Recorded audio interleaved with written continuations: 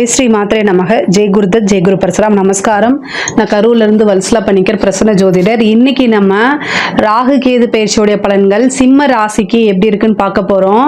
இந்த ராகு கேது எப்போ பயிற்சி ஆகுது அப்படின்னா, திருக்கணிதப்படி 2025 மே மாதம் 21ஆம் தேதியும், வாக்கியப்படி 2025 ஏப்ரல் மாதம் 26ஆம் தேதியும் ராகு மீன ராசியிலிருந்து கும்ப ராசிக்கும், கேது கன்னி ராசியிலிருந்து சிம்ம ராசிக்கும் பயிற்சி ஆகுது. இந்த ராகு கேதுகள் எப்பவுமே வக்ர கிரகங்கள்ங்க. இப்போ இந்த குரு சனிலாம் இருந்துச்சு அப்படின்னா ஒரு 5 மாத காலம் வக்ரமா இருக்கும்.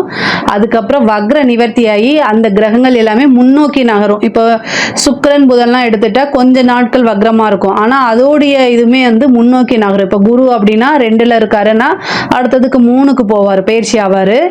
அதே மாதிரி 4ஆம் இடத்துக்கு அப்படி பயிற்சி ஆகும், அதாவது முன்னோக்கி நகர்ந்து போகும் அதோடைய பயிற்சியெல்லாம். இந்த ராகு கேது ஆல்வேஸ் வக்ர கிரகம், எப்போதுமே வக்ரமா இருக்கனால அந்த கிரகங்கள் இந்த ராகு கேது எப்பவுமே பின்னோக்கி தான் நகரும். இப்போ 10ஆம் இடத்துல இருக்காருன்னா அடுத்தது 9ஆம் இடம். இவ்வளவு நாளா உங்களுடைய ராசிக்கு ராகு அஷ்டம ஸ்தானத்துல இருந்தார். 8ஆம் இடத்துல இருந்து இப்போ 7ஆம் இடத்துக்கு ராகுவும், உங்களுடைய ராசிக்கு 2ஆம் இடத்துல இருந்த கேது இப்போ உங்க ராசிக்கே, அதாவது 1ஆம் இடத்துக்கே வந்திருக்காரு.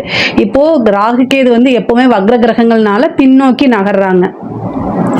உங்களுக்கு 7ஆம் இடத்துல ராகு, அப்புறம் ஜென்மத்துல கேது, ஜென்ம கேது சூப்பர் அப்படின்லாம் சொல்ல மாட்டேன். ஏற்கனவே அஷ்டமது சனி இருக்கு, அதாவது இவ்வளவு நாள கண்ட சனி இருந்துச்சு, அது கூட பிரச்சனை இல்லை. இப்போ சனி அஷ்டமம், சிம்ம ராசியை பொறுத்த வரைக்கும் அஷ்டமது சனியா இருக்கு.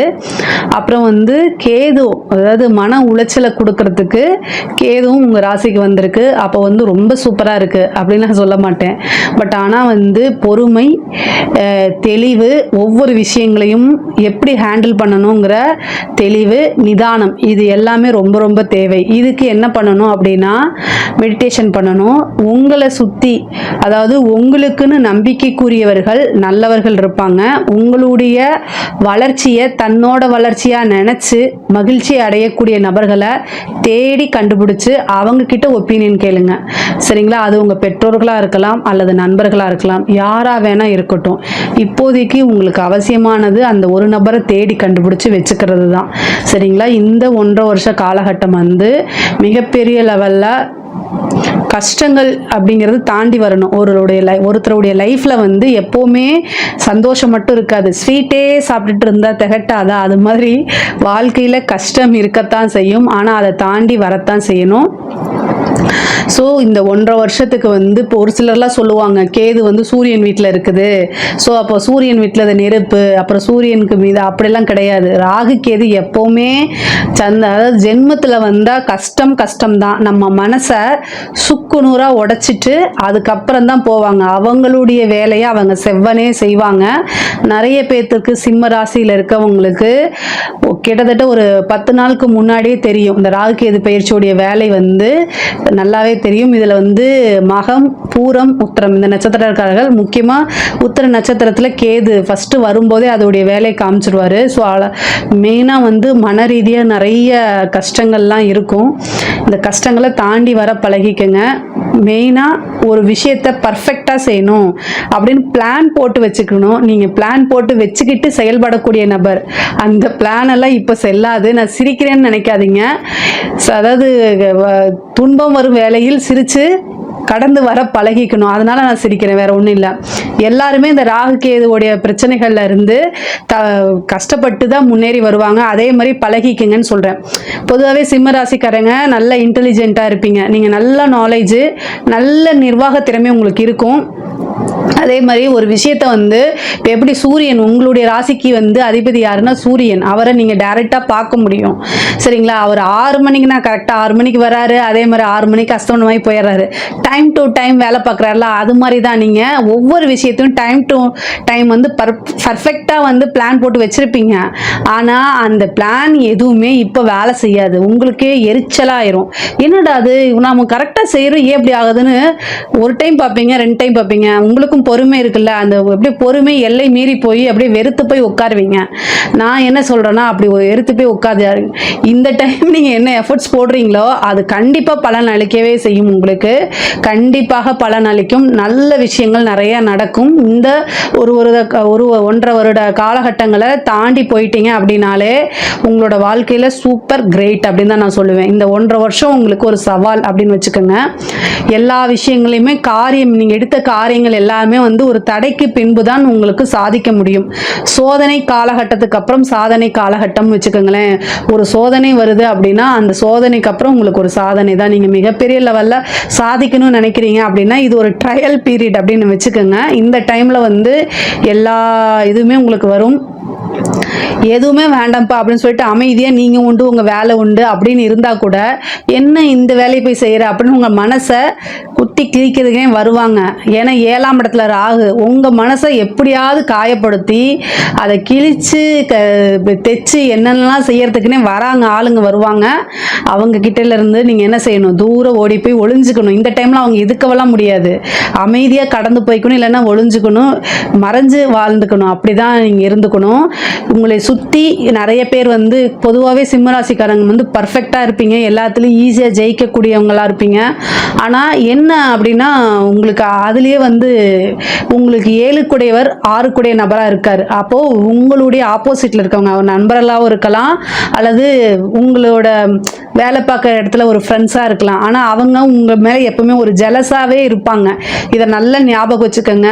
உங்களுடைய எதிரிகள் யார் அப்படின்னா உங்கள் கூட இது பண்ணுறவங்க தான். ஸோ நீங்கள் சாமிக்கிட்ட ஃபஸ்ட்டு என்ன வேண்டிக்கங்க அப்படின்னா, என்னுடைய நண்பர்களை பார்த்துக்கோ, நான் எதிரிகளை, ஏன்னா உங்களுக்கு கண்ணுக்கு தெரிஞ்ச எதிரியை நீங்கள் ஹேண்டில் பண்ணிட முடியும். கண்ணுக்கு தெரியாத எதிரியை எப்படி ஹேண்டில் பண்ணுவீங்க? இதனால் கடவுள் வழிபாடு பண்ணுங்க. இறை வழிபாடு மட்டும்தான் உங்களைய நிம்மதியாக காலத்தை கடத்திட்டு போகிறதுக்கு உதவியாக இருக்கும். இந்த காலகட்டங்களில் ஒவ்வொரு ஞாயிற்றுக்கிழமையும் நீங்கள் என்ன பண்ணுங்கள், 4 to 6 சரபேஸ்வரர் வழிபாடு பண்ணுங்கள். சரபேஸ்வரர் வழிபாடை எவ்வளோக்கு எவ்வளோ பண்ணுறீங்களோ அவ்வளோக்கு அவ்வளோ நல்லது. முக்கியமாக வந்து பொதுவாகவே சிம்ம ராசிக்கு வந்து பார்த்திங்கன்னா 2 தெய்வம் பூர நட்சத்திரத்தில் இருக்கனால நீங்கள் வந்து அபராஜிதா அப்படின்னு சொல்லக்கூடிய பிரித்திங்கிரா தேவியும் வழிபாடு பண்ணலாம். அதே மாதிரி சரபேஸ்வரர் வழிபாடும் பண்ணலாம். பூர நட்சத்திரத்துலேயே அவங்க இருக்கனால அந்த தேவி வழிபாடு சொன்னேன். ஆனால் பொதுவாக சிம்ம ராசிக்கு சரபேஸ்வரர் வழிபாடு ரொம்ப ரொம்ப சூப்பர். நீங்க எந்த அளவுக்கு வழிபாடு பண்றீங்களோ அந்த அளவுக்கு கண்டங்கள்ல இருந்தும் மன கஷ்டங்கள்ல இருந்தும் கடந்து வரத்துக்கு இந்த தெய்வம் வந்து உறுதுணையா இருக்கும். தெய்வ வழிபாடு தான். திக்கற்றவர்களுக்கு தெய்வமே துணை. ஸோ திக்கற்றவர்களுக்கு தெய்வமே துணை. அதனால இந்த விஷயங்கள் எல்லாம் கடந்து வரணும் அப்படின்னா தெய்வ அனுகூலம் உங்களுக்கு தேவை. தெய்வ வழிபாடு பண்ணுங்க. முக்கியமாக வந்து மெடிடேஷன் பண்ணுங்க. எவ்வளோ மன கஷ்டங்கள் இருந்தாலும் நீங்கள் சொல்ல வேண்டியது இதுவும் கடந்து போகும் அப்படிங்கக்கூடிய ஒரு வார்த்தையை சொல்லிக்கங்க. ஏன்னா உங்களுக்கு நல்ல டைம் வரப்போது, நிறைய சாதிக்கக்கூடிய அமைப்புகள் எல்லாமே இருக்கு. அதனால இந்த கேது வந்து உங்க ஜென்மத்தில் இருக்கும்போது சந்திரன் மேல கேது அப்படிங்கும்போது மன ரீதியாக பிரச்சனைகள் இருக்கு. அதே மாதிரி தாயாருக்கு வந்து பிரச்சனைகள் இருக்கு. தாயார் வழி சொத்துக்கள் வரும். தாயார் வழி இருக்கக்கூடிய ப்ராப்பர்ட்டிஸ் எல்லாம் இவ்வளோ நாளாக பிரச்சனைகள்லாம் இருந்தால் அது எல்லாமே சால்வ் ஆகும். அதே மாதிரி தாயாருடைய தேக ஆரோக்கியத்தில் ரொம்ப கவனமாக இருக்கணும். தாயாருக்கு உடல் ரீதியாவோ அல்லது ஆயுள் ரீதியாவோ பிரச்சனைகள் இருக்கு. அதனால இந்த தெய்வ வழிபாட்டை பண்ணிக்கங்க. 7ஆம் வீட்டில் இருக்கக்கூடிய ராகு வந்து என்ன பிரச்சனையை கொடுப்பாரு அப்படின்னா, உங்களுக்கு லைஃப் பார்ட்னராக இருந்தாலும் சரி அல்லது பிஸ்னஸ் பார்ட்னர் இருந்தாலும் சரி, அவங்க கிட்ட இருக்கக்கூடிய நன்மைகளை எடுத்துட்டு தீமையை மட்டும் உங்களுக்கு தெரிகிற மாதிரி வைப்பாரு. அவங்களுடைய வாக்குவாதம், சண்டை சச்சரவுகள், பிரிவினை அப்படிங்கிறது உறுதியாக இருக்கு. அதனால கவனமாக இருக்கணும். உங்களுக்கு என்ன மன கஷ்டமோ, அதாவது நீங்க எவ்வளோ மைண்ட் நான் ஸ்ட்ராங்காக இருப்பேனாலுமே கிரகங்களுக்கு வீக் பாயிண்ட் ரொம்ப நல்லா தெரியும். உங்களை விட உங்களுக்கு எது வீக் பாயிண்ட் எது வீக்னஸ் அப்படின்னு உங்களுக்கு தெரியுதோ இல்லையோ, இந்த ராகு கேதுக்கள் ரொம்ப நல்லா தெரிஞ்சு வச்சிருப்பாங்க. ஸோ உங்களுக்கு எங்க வலிக்குமோ அங்க மட்டும்தான் அந்த கிரகங்கள் அடிக்கும். ஸோ உங்களுக்கு எது மனசு கஷ்டப்படுத்துமோ அந்த விஷயங்களை மட்டும்தான் செய்ய போகுது. அதுக்கு நீங்க ப்ரிப்பேராக இருக்கணும். அது வந்து ஒரு சிலருக்கு வந்து பார்த்தீங்கன்னா லைஃப் பார்ட்னர் பிரியறதுக்கு உண்டான வாய்ப்புகள் இருக்குது. அதாவது கணவன் மனைவியிடையே இந்த காலகட்டத்தில் அனுசரணைங்கிறது ரொம்ப ரொம்ப முக்கியமானது. ஹஸ்பண்ட் ஒய்ஃப் வந்து ஏன்னா 6ஆம் அதிபதியே 7ஆம் அதிபதியாக இருக்கார் உங்களுக்கு சனி. அவர் அஷ்டமத்துக்கு போயிருக்காரு. போதாதுக்கு கலத்திர ஸ்தானத்தில் 7ஆம் இடத்துக்கு ராகு வந்திருக்காரு. இந்த ராகு வந்து 7ஆம் இடத்துக்கு வரும்போது வேறு நபர்களுடைய தலையீடுகள் இருந்தால் அதை தயவு செய்து அவாய்ட் பண்ணிடுங்க. உங்களுக்கு ஒரு மாரல் சப்போர்ட்டு இல்லை எமோஷனல் சப்போர்ட்டு இந்த மாதிரி விஷயங்களை ஒதுக்கி வச்சிருங்க. உங்களுடைய அதாவது பெண்ணாக இருந்தால் ஆணாக இருந்தால் மனைவி கூடயும் பெண்ணாக இருந்தால் கணவன் கூடயும் அனுசரித்து போகணும். அவங்க சொல்லக்கூடிய விஷயங்கள் இப்போ உங்களுக்கு கசப்பாக இருக்கலாம், ஆனால் பின்னால் அதை யோசித்து பார்க்கும்போது இதுதான் கரெக்ட் அப்படின்னு உங்களுக்கு படும். அதனால் இந்த காலகட்டங்கள் மற்றவங்க யாராவது அட்வைஸ் பண்ணுறதெல்லாம் ரொம்ப கஷ்டமாக இருக்கும். பட் ஆனால் வந்து ஒவ்வொரு விஷயத்தையும் நிறுத்தி நிதானமாக யோசிக்கணும். உறவுங்கிறது வந்து கட்டி காப்பாற்றக்கூடியது. அதுதான் நமக்கு கடைசி வரைக்கும் துணை இருக்கணும். காசு பணத்தினால ஒரு உண்மையான அன்பை வாங்க முடியாது. அதாவது ஆர்டிஃபிஷியலாக எல்லாமே வாங்கிக்கலாம். அதனால் லைஃப் பார்ட்னருங்கிறது ரொம்ப முக்கியம். பிஸ்னஸ் பார்ட்னர்னா இவர் இல்லைன்னா இன்னொருத்தங்க, ஆனால் லைஃப் பார்ட்னருங்கிறது ரொம்ப முக்கியங்கிறதுனால உறவுகளுக்கு முக்கியத்துவம் கொடுங்க, அனுசரணை பண்ணிக்கோங்க. சிம்ம ராசியை பொறுத்த வரைக்கும் நான் நிறைய வீடியோவில் சொல்லியிருக்கேன், அனுசரணைங்கிறது உங்களுக்கு ரொம்ப குறைவாக இருக்கும். அதுவும் மக நட்சத்திரத்தில் பிறந்துட்டா ஒரு பழமொழி இருக்குது, மகம் ஜெகமாலுன்னு. என்னமோ பெரிய லெவலில் அவங்களுக்கு இந்த உலகத்தையே நான் தான் கட்டி காப்பாற்றுறேன் கூடிய எண்ணம் இருக்கும். அந்த எண்ணத்தெல்லாம் தூக்கி போட்டுருங்க. அட்ஜஸ்ட்மெண்ட் இல்லை, உங்கள் வாழ்க்கையை தொலைச்சிருவீங்க. இது வந்து நீங்கள் ஏற்றுக்கிட்டாலும் சரி ஏற்றுக்கலைனாலும் சரி இதுதான் உண்மை. நிறைய மக நட்சத்திரக்காரங்க ரொம்ப அதாவது அவங்களுக்கு திறமைகள் இருக்கு, நான் இல்லைன்னு சொல்லல. அதே மாதிரி பேச்சு திறமை மட்டும் இல்லை, செயல்லையும் நிறைய திறமைகள் அவங்க காட்டுவாங்க, உண்மை அவங்க. பட் ஆனால் உறவுகள்னு வரும்போது அட்ஜஸ்ட்மெண்ட் இல்லை அப்படின்னா பிரிஞ்சு போயிடுவீங்க, தனிமரமாக நிற்கிறதுக்கு உண்டான வாய்ப்புகள் இருக்குது. ரொம்ப ரொம்ப அட்ஜஸ்ட் பண்ணி போங்க. உத்திர நட்சத்திரக்காரங்களும் மக நட்சத்திரக்காரங்களும் வந்து பார்த்திங்கன்னா அட்ஜஸ்ட்மெண்ட் பண்ணலை அப்படின்னா லைஃப் வந்து ஸ்பாயிலாக போயிடும். பூர நட்சத்திரம் மட்டும் கொஞ்சம் விதிவிலக்காக இருக்குது. பட் ஆனால் சிம்ம ராசியை ஓவராலாக பொறுமையும் அனுசரணையும் இல்லை அப்படின்னா வாழ்க்கை போயிடும். இதை மட்டும் நான் ரொம்ப ஸ்ட்ராங்காக சொல்கிறேன். ஏன் நீ கமெண்ட்ஸில் வந்து திட்டினாலும் சரி, உங்களோட லைஃப்பில் வந்து நல்லபடியாக இருக்கணுங்கிறதுக்காக இந்த வார்த்தைகளை நான் சொல்கிறேன். இந்த வார்த்தைகள் ஏதாவது ஹர்ட்டாக இருந்துச்சுன்னா சாரி. பட் ஆனால் அனுசரணைங்கிறது ரொம்ப ரொம்ப முக்கியம். கோர்ட்டு கேஸு பிரச்சனைகள்லாம் இருக்குது அப்படின்னா அது ரீதியாக உங்களுக்கு மனசில் வந்து கஷ்டங்களை உண்டு பண்ணும். ஒரு சிலருக்கு காதல் ரீதியாக இருக்கக்கூடிய பிரச்சனைகள், காதல் லவ் சம்மந்தப்பட்ட விஷயங்கள் எல்லாமே வந்து கொஞ்சம் பாதிப்பு. ஒரு சிலருக்கு வந்து பிரிஞ்சவங்க சேர்றதுக்கு வாய்ப்பு இருக்கு. ஆனால் ஏற்கனவே இதா இருக்கிறவங்களுக்கு வந்து ஏற்கனவே பிரச்சனை இருக்கு உங்களுக்கு அப்படின்னா அந்த பிரச்சனை சால்வ் ஆகிறதுக்கு கூட வாய்ப்பு இருக்கு. ஆனால் பிரச்சனையே இல்லாமல் நீங்கள் லைஃப்பில் சந்தோஷமாக இருந்தீங்க அப்படின்னா சங்கடங்களை சந்திக்கிறதுக்கும் வாய்ப்பு இருக்கு.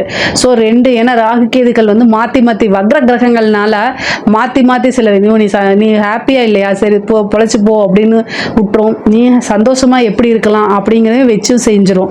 ஸோ ரெண்டுமே ராகு கேதுக்கள் செய்யும். அதனால் உஷாராக இருந்துக்கிறது நல்லது. பொதுவாகவே கோச்சாரத்தில் நம்மளுடைய ராசி மேலே ராகு கேதுக்கள் வந்து எப்போவுமே நல்ல பலன்களை எதிர்பார்க்க முடியாதனால எல்லா விஷயங்களுக்கும் தயாராக இருக்கணும். அதுக்காகத்தான் இவ்வளோ தூரம் சொல்கிறேன். அதே மாதிரி பெரிய மனிதர்களுடைய ஆதரவு, சொசைட்டியில் வந்து பேர் புகழ் எல்லாமே கிடைக்குங்க. 7ஆம் இடத்துக்கு வந்திருக்கக்கூடிய ராகு வந்து உங்களுடைய பழக்க வழக்கங்களை நிறைய பெருசு பண்ணி விடும். உங்களுடைய சர்க்கிள் இருக்கு இல்லையா, அது பிஸ்னஸாக இருந்தாலும் சரி, உத்தியோகமாக இருந்தாலும் சரி, படிக்கக்கூடியதாக இருந்தாலும் சரி, என்ன சர்க்கிள் இருந்தாலும் அந்த சர்க்கிளை வந்து விரிவுபடுத்தி விடும். இந்த டைமை யூஸ் பண்ணிக்கோங்க. இது மூலிமா உங்களுக்கு நல்ல நண்பர்கள் கிடைப்பாங்க. அது மூலிமா உங்களோட டெவலப்மெண்ட்டுக்கு உதவும். முக்கியமாக வந்து பார்த்தீங்கன்னா வேறு லாங்குவேஜ் பேசுகிறவங்க, வேறு இனம் மதம் இதெல்லாம் கடந்து உங்களுக்கு ஒரு ஃப்ரெண்ட்ஷிப் கிடைக்கிறதுக்கு உண்டான அமைப்புகள் இருக்குது. ஒரு சிலருக்குலாம் திடீர்னு மேரேஜ் ஆகிறதுக்கு உண்டான வாய்ப்பு இருக்குது. இந்த ராகு கேது வரும்போது இப்போ இந்த லவ் பண்ணிட்டு இருக்கவங்கலாம் வந்து இந்த ரிஜிஸ்டர் மேரேஜ், இந்த ஓடி போய் கல்யாணம் பண்ணுறது, இந்த மாதிரி அமைப்பை ஏற்படுத்தி கொடுக்கும். ஆனால் பொதுவாக அது பின்னாடி வாழ்க்கையில் கஷ்டத்தை கொடுத்துரும். அதனால் இந்த ராகு கேது வரும்போது திடீர் கல்யாணங்கிறது பெற்றோர்களுடைய அனுமதியோட கல்யாணம் பண்ணுங்க. இல்லைன்னா வாழ்க்கையில் கஷ்டப்படுறது, பேரண்ட்ஸோட சப்போர்ட்கள் இல்லாமல் ஆசீர்வாதம் இல்லாத ஒரு மேரேஜ் அப்படிங்கிறது நல்லது இல்லை. ஆனால் உங்களுக்கு குரு பார்க்குது. மேக்சிமம் வந்து வீட்டில் சொல்லி அது கிடைக்கலனா கூட வெயிட் பண்ணி, பர்மிஷன் கிடைக்கல, அவங்களுடைய பிளெஸிங் கிடைக்கலனாலும் பொறுமையாக வெயிட் பண்ணி கல்யாணம் பண்ணுங்க. இல்லை அப்படின்னா வாழ்க்கையை தொலைச்சிருவீங்க. அது ரொம்ப கஷ்டமாக இருக்கும். ஏண்டா இந்த மேரேஜை பண்ணும் அப்படிங்கக்கூடிய சிந்தனை எல்லாம் கொடுத்துரும். ஸோ கவனமாக இருங்க. அதே மாதிரி சிம்ம ராசியை பொறுத்த வரைக்கும் ஒரு டைம் இல்லை 2 டைம் 3 டைம் ஒரு முயற்சியை போடும்போது ஃபர்ஸ்ட் டைமே சக்ஸஸ் ஆகாது. இந்த காலகட்டத்தில் காரியங்கள் வந்து தடைகள் இருக்குது, தாமதங்கள் இருக்குது. ஆனால் எப்போவுமே உங்களுக்கு வெற்றி அப்படிங்கிறது நிச்சயிக்கப்பட்டது. ஸோ அதனால் நீங்கள் லைஃப்பில் உறுதியாக சக்ஸஸ் ஆவீங்க. ஆனால் நான் சொன்ன வழிபாடை பண்ணிட்டு பண்ணுங்கள். ஒரு டைம் 2 டைம் உங்களுக்கு ஃபெயிலியர் ஆனால் கூட 3ஆவது டைம் சக்ஸஸை கொடுத்துடும். இந்த ராகு கேது வந்து ஒரு ஸ்பார்க்கு தான். அது வந்து ஃபஸ்ட்டு டைம் மறுபடியும் நீங்கள் ட்ரை பண்ணும்போது அது மிகப்பெரிய பிரம்மாண்ட வளர்ச்சியா உங்களை பெரிய ஆளா காமிச்சு கொடுக்கறதும் இந்த ராகு கேது தான். ராகு கேது வந்து போகும்போது உங்களுக்கு ஒரு பெரிய நல்ல நன்மையும் செஞ்சுட்டு போகும். இந்த சாஃப்ட்வேர் சம்மந்தப்பட்டவங்க, ஐடி ஃபீல்டு சம்மந்தப்பட்டவங்களுக்குலாம் நல்ல வளர்ச்சி இருக்கு. சேம் அதை வந்து மிஸ்யூஸ் ஆகாமல் பார்த்துக்கோங்க. மிஸ்யூஸ் ஆகுதுன்னா கவனமாக இருக்கணும். உங்களுடைய சிறு அலட்சியத்தினால பெரிய வாய்ப்புகளை இழக்கிறது, பெரிய விஷயங்களை இழக்கிறது, அதனால மாட்டிக்கிறது அப்படிங்கிறதெல்லாம் ரொம்ப இயல்பாக நடக்கும். ஒரு மெயில் அனுப்பும்போது கூட, ஒரு செக்கு கையெழுத்து போடும்போது கூட பார்த்து பண்ணுங்க. கம்யூனிகேஷன் சம்மந்தப்பட்ட ஃபீல்டு, ஐடி சம்மந்தப்பட்ட ஃபீல்டெல்லாம் ரொம்ப கவனமாக இருக்கணும். முக்கியமாக சோஷியல் மீடியாவில் இருக்கவங்களுக்குலாம் நெகட்டிவ் இம்பேக்ட் வரத்துக்கு, நெகட்டிவ் பப்ளிசிட்டி வரத்துக்கு வாய்ப்பு இருக்குது, பார்த்து இருந்துக்கோங்க. கலைத்துறை சம்மந்தப்பட்டவங்களும் ஒரு வாய்ப்பு வருதுன்னா இந்த வாய்ப்புக்கு நம்ம என்ன பண்ணணும் என்ன பண்ணக்கூடாதுங்கிறது தெரிஞ்சு ஹேண்டில் பண்ணணும். அதே மாதிரி வந்து ஸோ நெகட்டிவாக உங்கள் மேலே பப்ளிசிட்டி வர்றது, உங்கள் மேலே வந்து தேவையில்லாத அவமான அசிங்கங்களுக்கெல்லாம் ஆளாகிறது, இந்த மாதிரி வரத்துக்கு வாய்ப்பு இருக்குது. கவனமாக இருக்கணும். ஆனால் கலைத்துறை சம்மந்தப்பட்டவங்களுக்கு எனக்கு நெகட்டிவாக பப்ளிசிட்டி ஆனால் போதும்னு நினைக்கிறவங்களுக்குலாம் நல்ல வளர்ச்சி தான். அரசியல்வாதிகளுக்கு யாருக்கு நல்லா இருக்கோ இல்லையோ, அரசியல்வாதிகளுக்கு ரொம்ப நல்லா இருக்குது. இந்த கேது வந்து பயிற்சியாகிறது வந்து நிறைய மாற்றங்கள், அரசியலில் நிறைய மாற்றங்களை கொடுக்கும். மிகப்பெரிய லெவலில் வளர்ச்சியும் கொடுத்துரும். சொத்து சேர்க்கை அப்படிங்கிறது இருக்குது. நண்பர்களுடைய ஆதரவுகள் உங்களுக்கு கிடைக்கும். முக்கியமாக வந்து நீங்கள் இந்த டைமில் உங்களுக்கு ஆதரவு கிடைக்குது. ஆனால் உங்களை சுற்றி உங்களுடைய வளர்ச்சிக்காக யார் பாடுபடுறாங்களோ, உங்களோட வளர்ச்சியை தன்னோட வளர்ச்சியை யார் நினைக்கிறாங்களோ அவங்களுடைய ஆதரவை தேடிக்கங்க. தெய்வ வழிபாடு தேடிக்கங்க. இதெல்லாமே உங்களுக்கு சக்ஸஸை கொடுக்கும். மெயினாக வந்து கணபதி வழிபாடு பண்ணுங்க, பிரித்திங்கிரா தேவி வழிபாடு பண்ணுங்க, சரபேஸ்வரர் வழிபாடு பண்ணுங்க. இது எல்லாமே நன்மையை தான் கொடுக்கும். படிக்கிறவங்களுக்கெல்லாம் நல்ல முன்னேற்றம் இருக்கு. படிக்கக்கூடிய டைமை வந்து கரெக்டாக படிங்க, டைவர்ட் ஆகாதீங்க. நீங்கள் நினச்ச மார்க் எடுக்க முடியாமல் போயிடும். ஸோ அதனால் படிக்கக்கூடியவங்களுக்கு டைம் நல்லா இருக்குது. படிக்கக்கூடியவங்களுக்கெல்லாம் வந்து ஸ்டூடெண்ட்டாக இருக்கவங்களுக்குலாம் சூப்பராக இருக்குது. ஏன்னா கேது ஞானக்காரகன். கேது வந்து ஞானக்காரகனாக இருக்கனால படிப்புக்கு சப்போர்ட் பண்ணும். ஓகேங்களா? மற்றபடி காதல் சம்மந்தப்பட்ட விஷயங்களுக்குலாம் சப்போர்ட் பண்ணாது. படிக்கக்கூடிய குழந்தைகள் படிப்பில் நல்லா பண்ணுங்க. அது இந்த நீட் எக்ஸாம்ஸ்லாம் எழுதுறீங்க, ஐபிஎஸ் ஐஏஎஸ் இந்த யூபிஎஸ்சி எக்ஸாம்ஸ்லாம் எழுதுறீங்களா, சூப்பராக இருக்கும். ஏன்னா ஞானக்காரகனே உங்களுடைய ராசியில் வரனால நீங்கள் மிகப்பெரிய லெவலில் சக்ஸஸ் ஆக முடியும். அதனால உங்களுடைய ஃபோக்கஸை வந்து இன்னும் நல்லா வந்து ஸ்ட்ரைட் ரூட்டாக போட்டிங்கன்னா ஈஸியாக உங்களுக்கு சக்ஸஸ் கிடச்சிரும். பொதுவாகவே மன ரீதியாக இருக்கக்கூடிய விஷயங்களை மட்டும் ரொம்ப ஸ்ட்ராங்காக இருந்துக்கங்க. கணவன் மனைவியிடையே இருக்கக்கூடிய பிரச்சனைகள் வந்து இப்போதைக்கு நீங்கள் எந்த முடிவு எடுக்காமல் அமைதியாக அனுசரணையாக போய் ஸ்ட்ராங்காக இருந்தீங்கனாலே பல பிரச்சனைகள்லேருந்து உங்களால் வெளியில் வர முடியும். ராசியை பொறுத்த வரைக்கும் இந்த ராகு கேது பயிற்சி வழிபாடு பண்ணாலே நிறைய விஷயங்கள் உங்களுக்கு நன்மையாக மாறும். இதில் ஏதாவது உங்களுக்கு சந்தேகங்கள் இருக்குது அப்படின்னா கமெண்ட்ஸில் கேளுங்க, கண்டிப்பாக நம்ம ஆன்சர் பண்ணுறோம். என்னுடைய சேனலை லைக் பண்ணுங்கள், ஷேர் பண்ணுங்கள், சப்ஸ்கிரைப் பண்ணுங்கள். நன்றி, வணக்கம்.